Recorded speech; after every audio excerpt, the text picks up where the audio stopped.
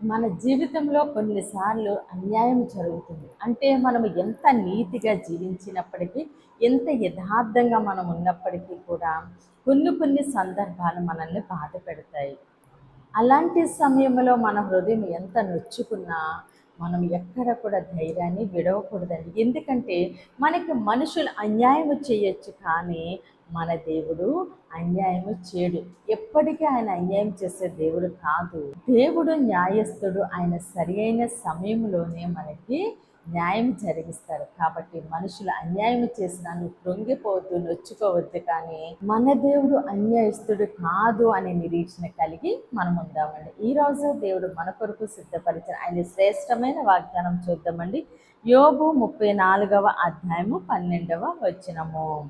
దేవుడు ఏ మాత్రమును దుష్కార్యము చేయడు, సర్వశక్తుడు న్యాయము తప్పడు.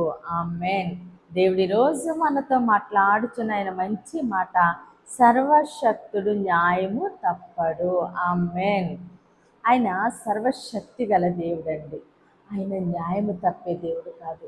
మనుషులు మన పరిస్థితిని చూసి వెనకాల ఎవరు సహాయం చేసేవారు, లేదంటే తల్లిదండ్రులు లేని వారిని, ఏ దిక్కు లేని వాళ్ళని చూసి మనుషులు అన్యాయం చేస్తారు. వాళ్ళ ఆస్తిని కానీ, వాళ్ళ ధనాన్ని కానీ, వాళ్ళకు ఉన్నది ఏదైనా సరే అన్యాయంగా వాళ్ళు రాబట్టుకోవచ్చు. కానీ దేవుడు నీ బాధని చూస్తూ ఉన్నారు. ఎవరు నీకు అన్యాయం చేస్తున్నారో వారిని దేవుడు చూస్తూ ఉన్నారు. ఆయన నీ పక్షంగా ఉండి న్యాయం జరిగించే దేవుడు.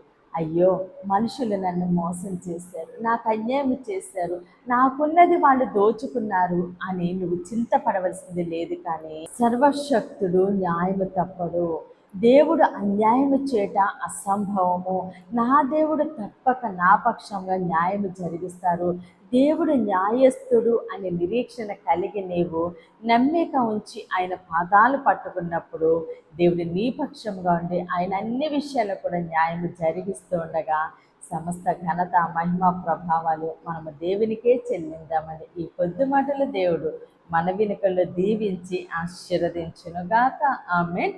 ప్రేర్ చేసుకుందామండి. అందరూ కన్నులు మూసుకుని ప్రేర్లు ఎక్కువగా ఉంచండి. మహోన్నతుడ, మహాగణుడ, పరిశుద్ధుడానికి స్తోత్రాలు, వందనాలు దేవా. తండ్రి ఇచ్చిన వాగ్దానం మా జీవితాలు నూరెంతలుగా ఫలించును గాక. దైవజనుల వారి కుటుంబాలు, సంఘాలు, పరిచర్యలు యేసు నామంలోనే దీవించబడును గాక. యేసు నామంలోనే క్షేమము కలుగును గాక. ఈరోజు పుట్టినరోజు, పెళ్లి రోజు జరుపుకుంటున్న ప్రతి ఒక్కరికి సంవత్సరం ఒక ఆశీర్వాదకరముగా ఉండును గాక.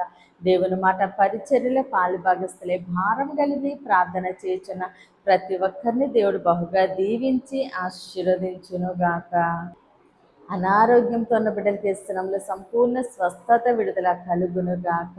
మూయబడిన ప్రతి గర్భము యేసు నామంలోనే తెరవబడును గాక. వివాహాలు కావలసిన బిడ్డలకి ఇస్తున్నాంలో ఘనమైన వివాహములు జరుగును గాక. ఎగ్జామ్స్ రాస్తున్న ప్రతి బిడ్డకి ఇస్తున్నాంలో గొప్ప విజయము కలుగును గాక. యవ్వన బిడ్డలకి యేసునామములో మంచి భవిష్యత్తు కలుగును గాక. అయ్యా, ప్రతి ఒక్కరిని నీ చేతులకు అప్పగిస్తూ చిన్న ప్రతిని పాదసన్ని చేర్చుకోమని యేసుక్రీస్తు అతి పరిశుద్ధ నామమునందు ప్రతిమాలి వేడుకున్నాం మా తండ్రి. ఆమేన్, ఆమేన్, ఆమేన్. దేవుడు మిమ్మల్ని మీ కుటుంబాన్ని దీవించి ఆశీర్వదించును గాక. ఆమేన్.